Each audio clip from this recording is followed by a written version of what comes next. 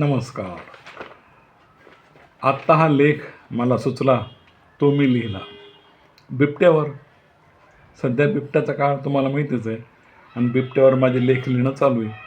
तर हा एक लेख मला सुचला. ह्या लेखाला मी नाव दिलं आहे बिबट्याचे नॉलेज. बिबट्याचे नॉलेज.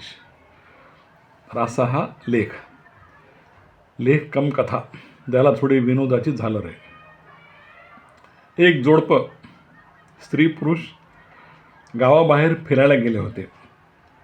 पण तिथे एका बाजूला 2 बिबटे दबा धरून बसले होते गावाच्या बाहेर.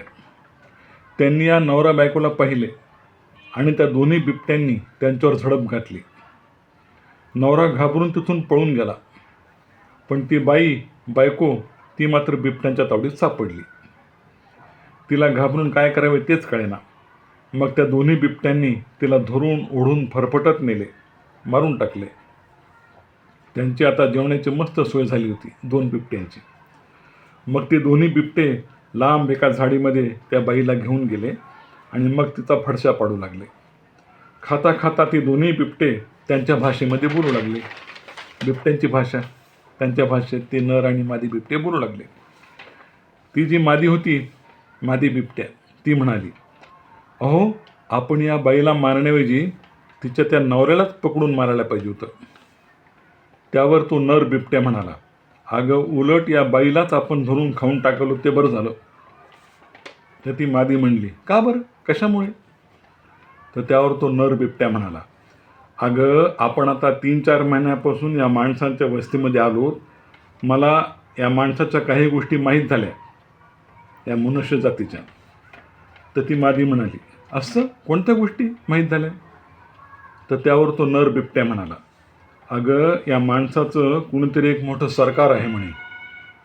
त्याने कायदा काढला आहे असं म्हणतात. तर ती मादी म्हणाली, कायदा? कसला कायदा? तर तो नर बिबट्या म्हणाला, अगं, तो कायदा म्हणजे काय? तर म्हणे प्रत्येक गोष्टीमध्ये स्त्रियांना प्राधान्य द्यायचं.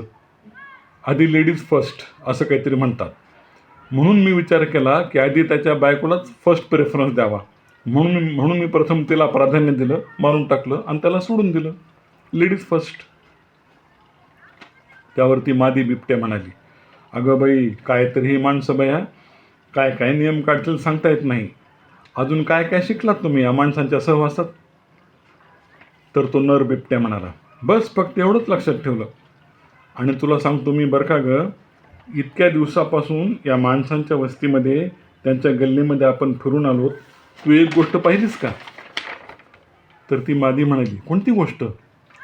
मग तो नर बिबट्या म्हणाला, अगं, प्रत्येक ठिकाणी मी पाहिलं की ही जोडपी जी आहेत, नवरा बायको माणसं, त्यांची दररोज भांडणं चालू असतात. दोघेही कलकल करीत राहतात. मी तर एकदा त्यांची भांडणे बघून शिकार न करताच कंटाळून तिथून निघून गेलो बघ. तरी यांची भांडणे संपणार. त्यावरती मादी म्हणाली, असं होय, जाऊ द्या, आपल्याला काय करायचं आहे. पण काही असो, या माणसामुळे तुमचं नॉलेज थोडं वाढलं बघा. चला आता आराम करूया, मस्त जेवण झालं. असं म्हणून त्यांचा संवाद संपला.